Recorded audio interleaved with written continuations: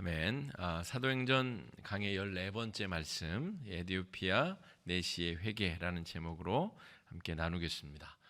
우리 사도행전 1장 8절 말씀 한번 같이 암송해보고, 이게 전체 사도행전 내용을 다 담고 있는 맥락이기 때문에 요약본의 핵심인 우리 1장 8절 우리 한번 암송해 보겠습니다. 오직 성령이 너희에게 임하시면 너희가 권능을 받고 예루살렘과 온 유대와 사마리아와 땅 끝까지 이르러 내 증인이 되리라 하시니라. 아멘. 이게 전체 사도행전의 맥락을 다 담고 있는 부분입니다. 특별히 우리가 사도행전을 묵상할 때에는 교회란 무엇인가, 그리고 교회는 무슨 일을 해야 되는가라고 하는 것을 매 우리 강의 시간마다 한번 되새기실 수 있으면 좋겠습니다. 성경마다 그 주제가 있고 또 그 주제가 담고 있는 내용들이 있는데, 이를테면 로마서와 갈라디아서 같은 성경은 복음이란 무엇인가, 구원받는다는 것은 무엇인가, 이런 주제를 담고 있다면, 우리 사도행전 말씀은 교회란 어떻게 시작되었고 교회란 무엇이고 또 교회는 과연 무슨 일을 해야 되는가에 대한 구체적인 내용을 담고 있습니다. 그러니까 여러분, 사소한 것들, 오늘 이제 제가 내용적으로는 에디오피아와 이스라엘과의 관계, 또 에디오피아의 여왕 간다게의 내시가 왜 예루살렘에 유월절을 지키러 왔느냐, 이런 것들을 제가 배경 설명들을 해드리겠지만 그런 거는 별로 중요한 게 아닙니다. 중요한 거는 교회란 무엇이냐. 그럼 우리도 교회니까 아까 우리 권사님 기도하신 대로 이 건물이 교회가 아니라 우리 성도들의 모임이 교회인데, 우리 교회는 이 바른 교회의 모델에 비추어 볼 때 우리는 바른 모습인가, 우리가 허약 체질은 아닌가, 등이 굽은 것은 아닌가, 살이 쪄서 비대해진 것은 아닌가, 우리가 교회로서 바른 모습을 취하고 있는가, 또 바른 노력과 바르게 행하고 있는가, 이런 것을 점검하고 돌아보는 것이 사도행전을 묵상하는 주된 이유다라고 말할 수가 있겠습니다. 7장까지 해가지고 이제 첫 번째 큰 단락이 끝이 납니다. 그리고 8장 부분이 지난주에 말씀드린 대로 이제 온 유대와 예루살렘과 온 유대까지가 7장이고, 이제 사마리아와 땅끝에 이제 사마리아가 8장 부분에 해당합니다. 이제 9장부터는 막 거침없이 이제 땅끝을 향해서 치고 나갑니다, 여러분. 오늘 이 8장에 사마리아 성에 전해진 복음, 지난주에 살펴본 말씀이죠. 그리고 오늘 에디오피아 내시에게 전해진 이 복음을 통하여 왜 누가가 이 장면을 중요하게 다루고 있는가. 바울의 회심이 이제 9장, 22장, 26장 3번 나오거든요. 바울의 회심에 앞서서 왜 빌립의 이 전도 여행을 중요하게 다루고 있는가 라고 하는 것을 좀 우리가 생각해 볼 필요가 있습니다. 자, 그럼 다시 돌아와서 교회란 무엇인가, 제가 계속 14번 우리 말씀을 전하면서 교회론, 교회란 어떤 곳인가에 대해서 여러 차례 제가 말씀을 드렸습니다. 다시 한번 잘 정리해 보시고, 다른 건 기억 못해도 이거는 꼭 기억하고 붙들고 가셔야 됩니다. 교회는 그리스도의 몸입니다. 이게 가장 정확한 정의입니다. 그리스도가 머리가 되시는 살아있는 유기체, 살아있는 몸이다라고 하는 것이죠. 그러니까 예수 그리스도가 머리가 되는 몸으로서의 지체가 우리 성도들로 이루어진 교회다라고 하는 것이죠. 그러니까 교회는 머리가 바라보는 곳으로 몸이 전환되어져야 되고, 머리가 가고자 하는 곳으로 팔다리가 움직여 가야 되고, 머리가 하고자 하는 일을 손발을 움직여 해야 됩니다. 그렇죠? 교회의 정의가 바로 서야 교회가 무슨 일을 하는가도 바로 서는 것입니다. 교회는 예수 그리스도가 머리, 이 머리가 되시고 성도들이 그의 몸된 지체가 된 온 몸을 이루는 살아있는 유기체, 몸인 공동체가 교회다라고 하는 것이죠. 그러므로 머리가 명령을 내리고 머리가 바라보고 머리가 하고 싶은 일을 몸이 해야 됩니다. 자기 면역 질환이라는 것이 있죠. 류마티스 관절염 이런 것들이 이제 자기 면역 질환이라고 해요. 이를테면 몸에서 어떤 이제 화학 물질들을 내보내고 뭐 위액도 내보내고 뭐 췌장은 췌장 관련된 일을 해야 되고 그러면서 호르몬도 분비하고 뭐 무슨 그런 역할들을 하잖아요. 그런데 자기 몸이 건강하게 만들어내는 어떤 호르몬이나 어떤 세포들을 오해하여서 자기 백혈구가 자기 몸에 좋고 건강한 세포나 호르몬들을 공격하는 것을 자가 면역 질환이라고 부릅니다. 제가 몇 년 전에 이 건선을 알았어요. 건선을 앓으면 막 굉장히 가렵고 약을 발라도 잘 안 낫고 참 몇 달간 되게 힘든 시간을 보냈는데 지금은 깨끗이 고쳐졌어요. 아마 이 자가 면역 질환 중에 건선도 있거든요. 그러니까 제 몸이 제 몸의 다른 부분을 오해한 것이죠. 이 말씀을 왜 드리냐면 교회가 어떤 조직인가를 잃어버리면 교회가 무슨 일을 해야 되는지를 잃어버리게 되고 교회 몸이 자기 머리를 공격하고 머리가 하고자 하는 일을 방해하고 스스로 자기가 몸된 존재를 부정하게 된다는 말입니다. 여러분 6장에서 이제 7집사가 세워지게 되잖아요. 7집사가 세워지게 되는 과정을 여러분 잘 한번 생각해 보십시오. 어떻게 하다가 7집사가 세워지게 되죠? 우리가 다 공부를 하였습니다. 그 내부적으로 다툼과 갈등이 일어나서 이 히브리파 할머니들과 헬라파 이 할머니들이 서로 먹는 문제 가지고 다툼이 생겼단 말이에요. 그래서 사도들이 그거 중재하다가 기도하는 일은 제가 하나님의 뜻을 분별하는 일이다 말씀드렸죠. 하나님의 뜻을 분별해서 하나님이 야 너 빨리 저희 가서 지금 복음 전해라 하는데 그걸 지금 분별할 시간이 없는 거예요. 뭐를 해야 되는지 말씀을 어떻게 전해 예수님에 대한 복음을 전해야 되는데 그걸 전할 여력이 없는 거예요. 싸우는 사람 말리느라고. 그래서 지혜를 얻어서 7집사를 세우는 것이죠. 그러니까 7집사들로 하여금 교회의 아주 실무적인 일을 돌보게 하고 사도들은 나가서 기도하는 일과 말씀 사역에 전무하기 위하여 직분을 세웠다는 말입니다. 그렇죠? 그런데 이 직분이라는 것이 그렇게 세워져서 오늘 이 빌립 집사가 사마리아 땅을 넘어서 저 광야에까지 복음을 전하러 가요.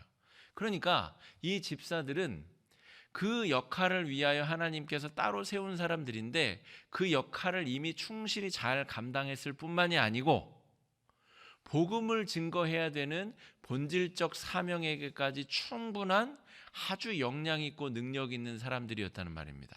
그 7장에 스데반 집사가 그 싸우는 사람들 말리고 이거 그 구제하는 일만 해도 되는데 밖에 나가서 복음을 증거하다가 돌에 맞아 죽어요. 이 빌립 집사는 성령의 이끌림을 따라서 사마리아 성에 가서 복음을 전합니다. 그러니까 직분이라고 하는 것은 하나님이 교회를 하나님께서 원하시는 일을 더 편리하고 잘하게 하기 위하여 직분을 주신 거예요. 그러니까 장로, 권사, 안수 집사, 원로 장로, 원로 목사 사람이 만들어낸 그 직분은 계급처럼 쭉 올라가서 승진하고 더 높은 권력을 가지고 장로가 되면 당회에서 이제 내가 결정하면 다 교회를 좌지우지할 수 있다. 그런 거 절대로 아닙니다. 교회는 하나님께서 하시고자 하는 이 머리가 바라보고 머리가 하고 싶은 일을 성실히 잘 하고자 하여서 필요에 따라서 직분을 만들기도 하고 직분을 없애기도 하고 그러는 겁니다. 그러니까 본질적으로 이 직분에 대한 이해가 어긋나게 되면 자가 면역 질환에 걸린 사람처럼 시름시름 앓다가 병들어 죽게 된다는 것이죠. 우리 수요 기도에 오시는 분들이니까 제가 조금만 더 말씀드리자면 이 직분과 관련된 한국 교회의 문제가 굉장히 많습니다. 선거만 치르면 교회를 떠나는 사람들이 그렇게 많아요.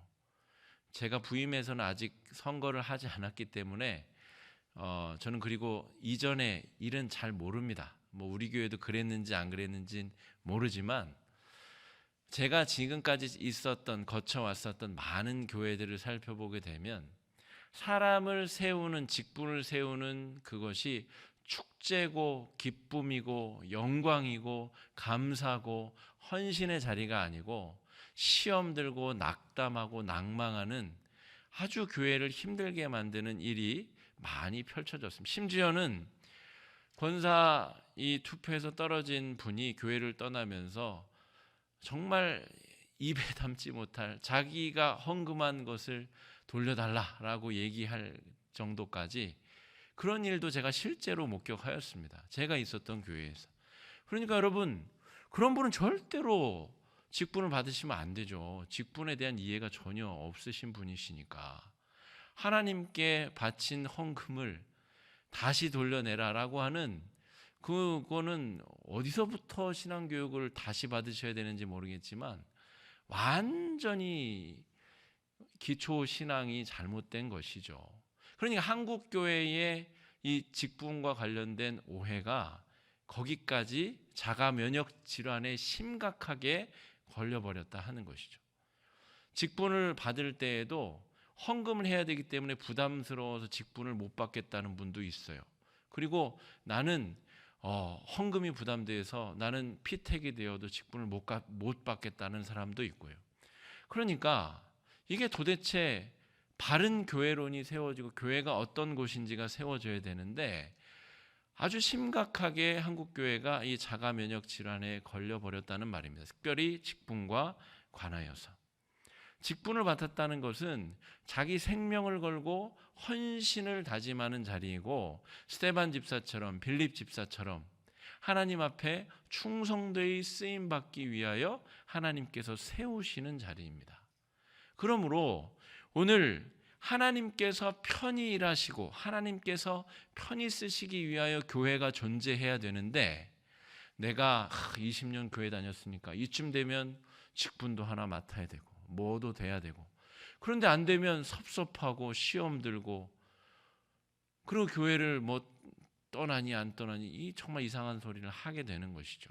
여러분, 교회가 무엇인가를 이해하는 것이 그만큼 중요한 겁니다.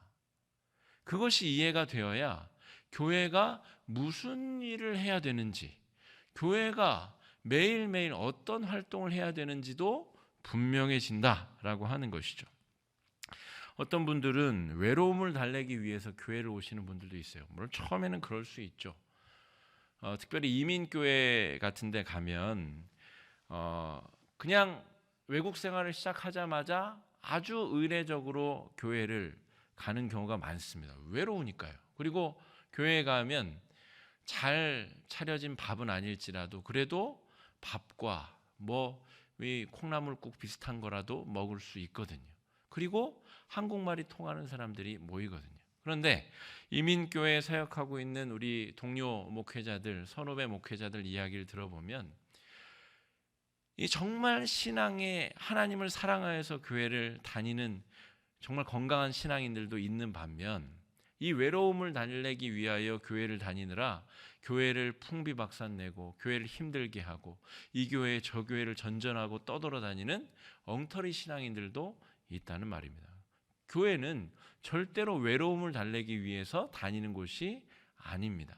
친목하기 위하여 교제 생활하기 위하여 다니는 곳이 아니란 말입니다. 그러므로 여러분, 지난주에 우리가 선교회의 날을 가졌는데요. 선교회의 날, 우리 여전도의 날, 선교회 전도의 날은 모여서 교회란 무엇이고 교회란 무엇을 해야 되는지를 궁리하고 또 회의하고 노력하는 그렇게 시간을 보내야 됩니다. 교제하고 침묵하는 것도 그 일부분이지만 더 잘하기 위하여 침묵하고 교제하는 것이지, 그저 교제하고 침묵하는데 에너지가 다 쏟아버리게 되면 결국에는 그 선교회가 또 내분이 일어나고 다툼이 일어나고 또 누가 힘이 있니 없니 싸움이 벌어지고 선교회와 전도의 역할을 본분을 완전히 잃어버리게 된다라고 하는 것이죠. 교회는 또 장사하고 영업하기 위한 곳이 아닙니다. 그런데 자가 면역 질환에 잘못 걸린 교회 안에는 장사하기 위하여 정치적으로 자기 뽑아달라고 교회 등록하고 다니는 정치인들, 자기 장사하기 위하여 교회 다니는 사람들, 자기 영업활동하기 위하여 교회 다니는 사람들, 이런 사람들이 많이 있는 교회는 심각한 자기 면역 질환을 앓고 있는 교회다라고 하는 것이죠. 오늘 이 빌립 집사가 오늘 이 에디오피아의 내시에게 복음을 전하는 이야기는 그래서 아주 중요한 의미가 있는 것입니다. 하나님 앞에 택함을 받은 집사가 자신의 생명을 자신의 것으로 여기지 않고 하나님께서 하시고자 하는 일을 위하여 자기 자신을 100% 200% 내던지고 있다는 것이죠. 스데반 집사는 목숨을 내던졌고 빌립 집사는 자기의 삶을 온전히 주님 쓰시기에 편하도록 너 사마리아로 가라. 여러분, 유대인들에게 있어서 사마리아 사람들은 절대로 좋은 것을 나누고 싶은 대상이 아닙니다. 지금 우리나라와 일본 그 관계보다 더 지독하게 안 좋은 관계예요. 하나님의 택함을 입은 성민, 거룩한 백성, 하나님의 성령, 그 임한 그 좋은 성령을 왜 그 상종할 수 없는 인간들과 나누어야 됩니까? 라고 요나처럼 반항하고 등 돌리고 도망가도 시원찮을 판에 하나님이 빌립을 들어 사마리아로 가라. 그랬더니 사마리아 땅에 가서 순전히 예수의 복음을 전하고 사람들에게 복음을 전하는 일을 행하였다라고 하는 것이죠. 여러분, 그래서 우리가 성도이고 교회의 구성원이라고 하는 것은 하나님이 정말 원하시는 것이 무엇일까? 하나님이 하시고자 하는 일이 무엇일까? 그것에 대해서 골몰하고 노심초사하는 거예요. 제가 지난주, 지지난주 계속해서 우리 교회론을 제가 조금 이제 비교해서 말씀을 드렸잖아요.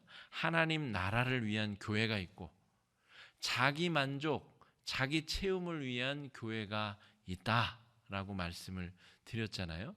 하나님의 나라를 추구하는 교회는 나중에 우리 교회가 500명 되면 이것도 하고 저렇게 그런 교회가 아닙니다. 지금 우리가 100명 모이는 교회는 100명에서 할 수 있는 하나님께서 원하시는 일을 성실하게 감당하는 것.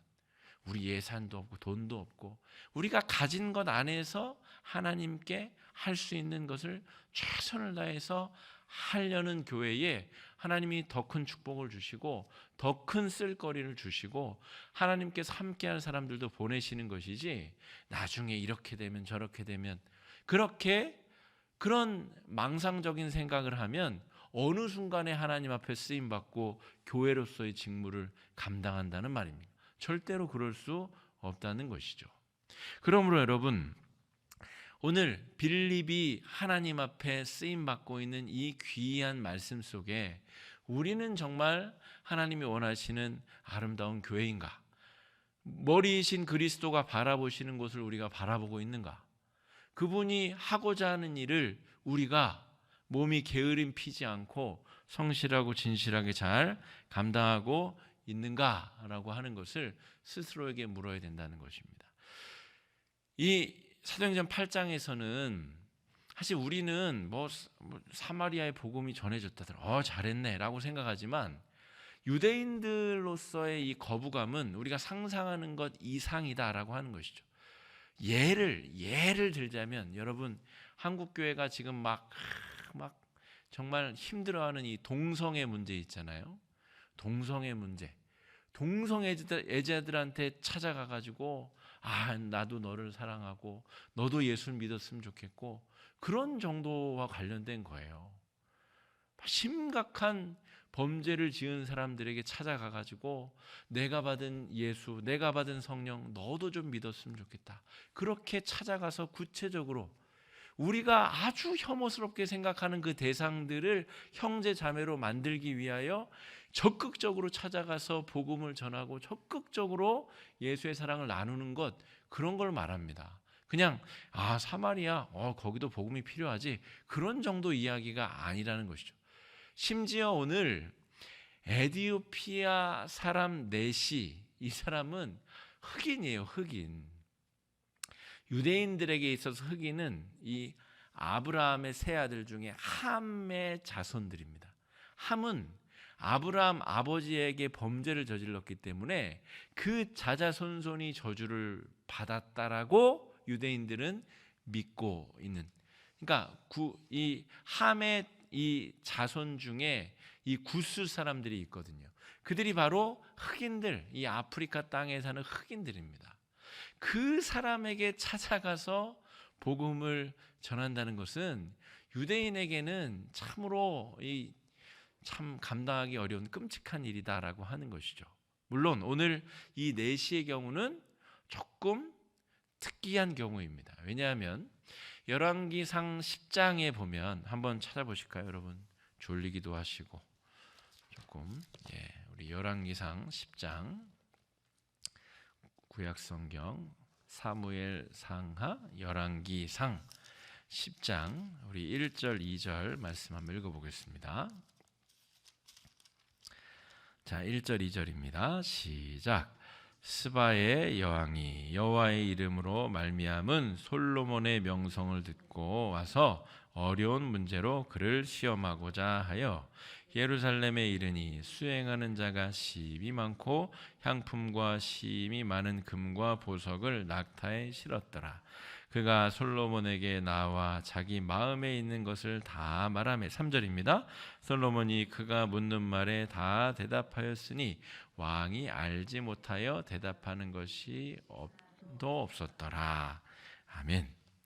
이것이 사실 이 스바 여왕이 어느 나라의 여왕이냐가 확실치는 않은데, 이 성경 연구하는 학자들의 중론은 이것이 바로 에디오피아의 여왕이었다. 그래서 그때부터 이 이스라엘과의 이 외교적 관계가 형성돼 있었다라고 하는 것이죠. 성경에는 기록이 분명치 않은데 이 에디오피아의 역사를 살펴보면 이 솔로몬과 이 스바 여왕의 사이에서 태어난 이 왕이 메넬리크 1세라고 하는 왕이 이 에디오피아의 초대 황제였다, 이런 기록이 있다고 합니다. 그러니까 이 이스라엘과 이 에디오피아는 아주 밀접한 외교적 관계가 이 솔로몬 때부터 형성이 돼 있었던 거죠. 그러니까 여러분, 오늘 이 넷시의 행적을 보면 기이합니다. 왜냐하면 제가 오늘 구글 지도로 찾아봤어요. 예루살렘에서부터 에디오피아의 수도까지의 거리가 4,107km입니다. 그러니까 자동차로 85시간을 달려야 돼요. 그러니까 여러분, 정상적으로 보통 유대인들은 1년에 3차례 예루살렘에 방문해야 되거든요. 그러니까 1년에 한 번만 왔다 간다 하더라도 에디오피아의 국고를 맡은 이 넷시가 온갖 보물을 싣고 지금 하나님의 성전에 예배하러 간 거예요. 게다가 오늘 돌아가는 길에 말씀 두루마리를 읽어요. 넷시가 히브리어로 적혀있는, 아람어로 적혀있는 이 말씀 두루마리를 읽고 있다. 무슨 뜻인지는 모르지만 읽고 있다는 말이죠. 그러니까 굉장한 수준의 이 성경 지식을 알고 있는 4,000km 떨어져 예루살렘에서 수직으로 쭉 내려가면 홍해를 지나서 이 수단을 지나서 거기가 이제 에디오피아입니다.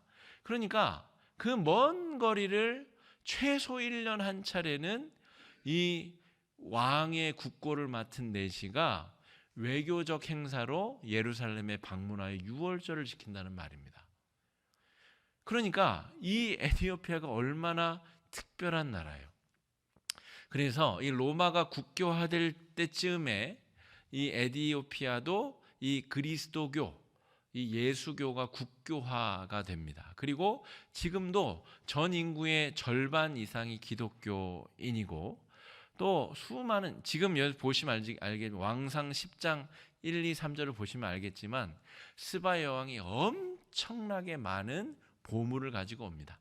그리고 우리 한국전이 벌어졌을 때만 해도 참전국으로 올 정도로 그 당시만 해도 우리나라보다 훨씬 잘 살던 나라, 지금이야 아주 아프리카 최빈국이지만 여러분 불과 얼마 전까지만 해도 우리나라보다 훨씬 잘 살던 나라였다라고 하는 것이죠.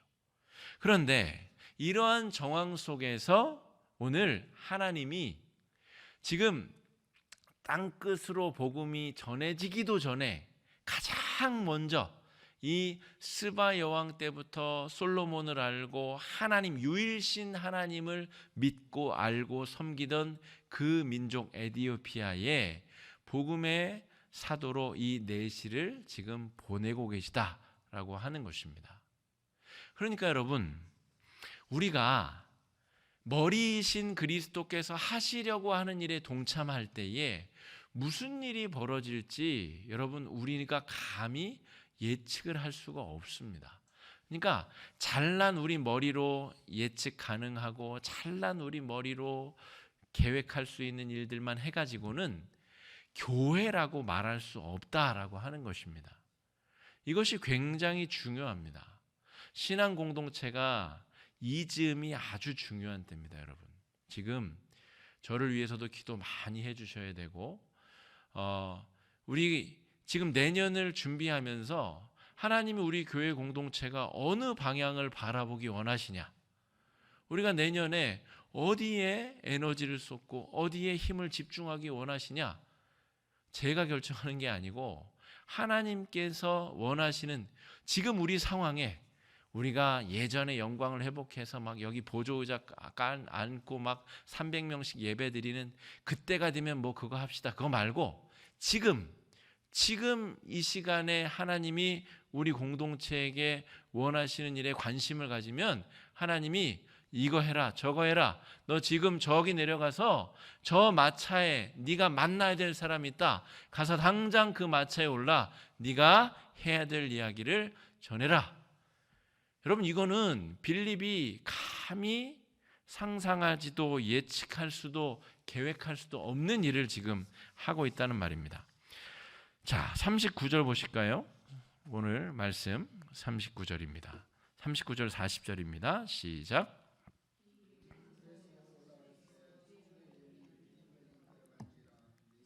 기쁘게 길을 가므로 그를 다시 보지 못하니라. 빌립은 아소도에 나타나 여러 성을 지나다니며 복음을 전하고 가이사랴에 이르니라. 아멘. 둘이 지금 이 내시도 보통 사람은 아니에요.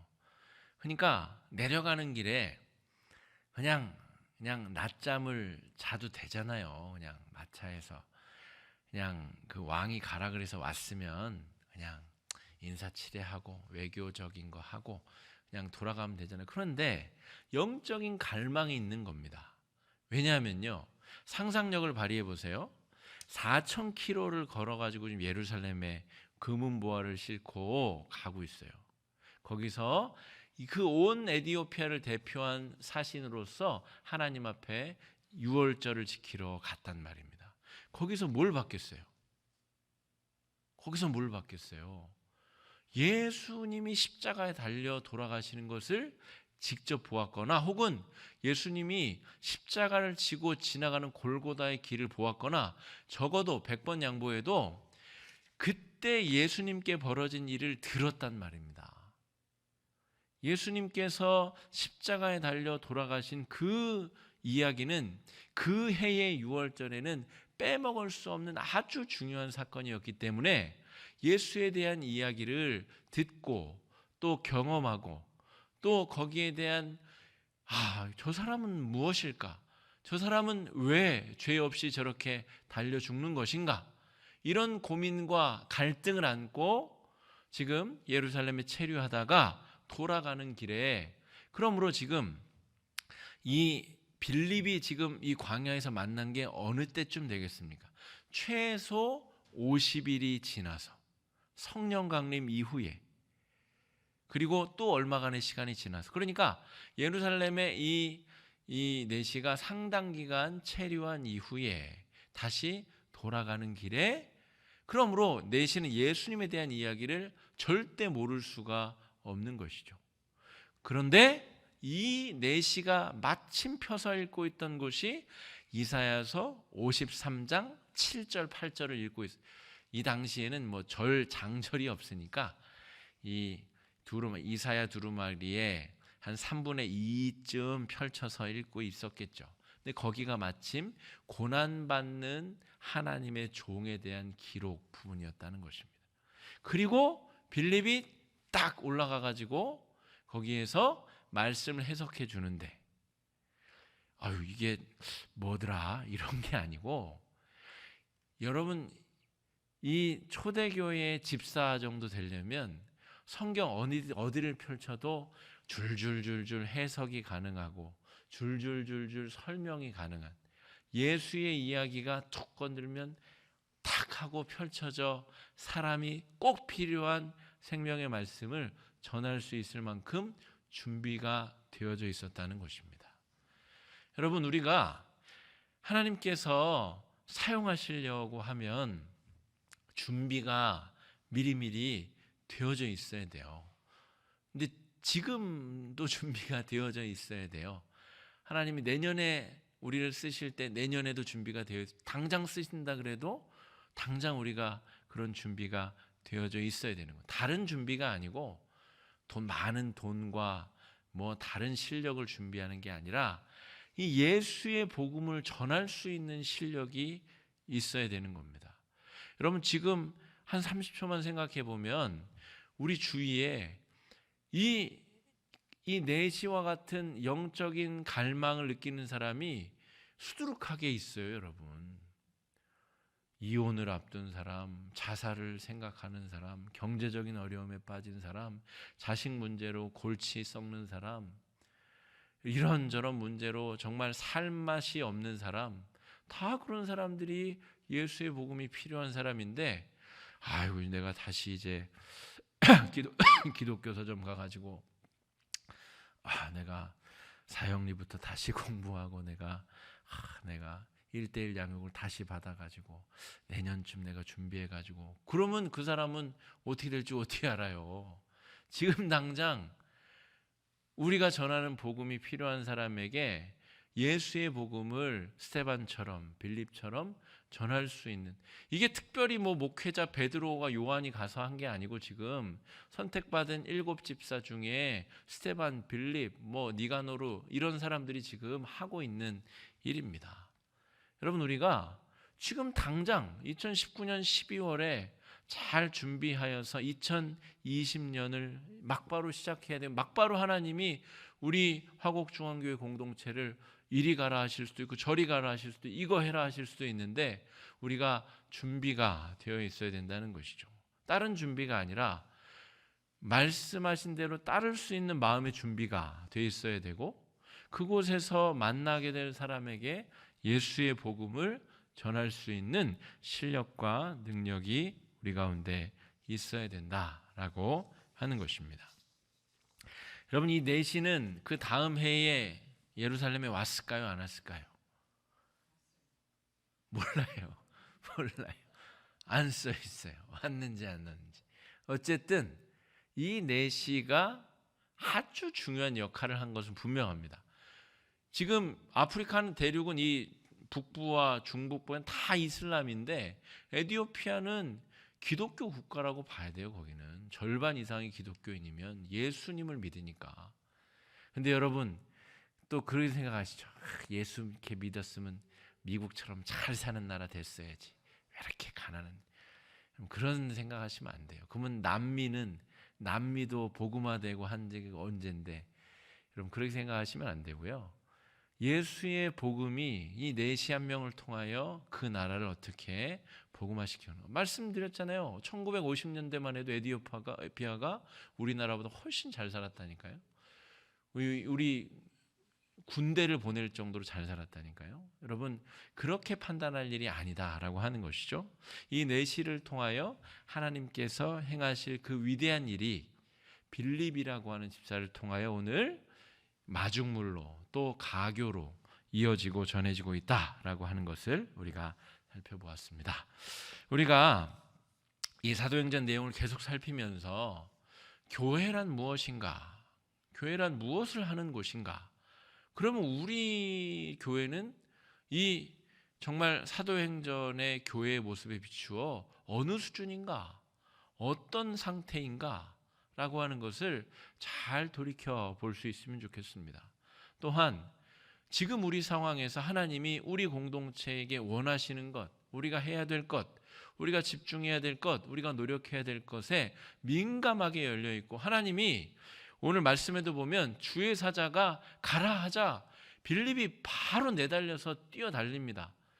100km 떨어진 곳까지 뛰어가는데 거기가 광야였대요. 광야. 여길 왜 갑니까? 내가 지금 여기서 이런 걸 하고 있을 사람입니까? 그런 말 없이 주의 사자가 가라고 하니까 100km를 달려가지고 광야로 뛰어가서 이 내시를 만났단 말입니다. 그러니까 여러분, 하나님이 언제 어디서 무엇을 어떻게 하라고 하실지, 우리 공동체에게 원하실 그것을 위하여 우리가 깨어있고 또 말씀으로 가득 차 있고 복음으로 가득 차 있고 준비가 되어 있어야겠습니다. 그런 공동체를 향하여 우리 또 수요일마다 계속하여 우리 사도행전 말씀을 묵상하면 좋겠습니다. 이 시간에 말씀 의지해서 함께 좀 기도하시겠습니다.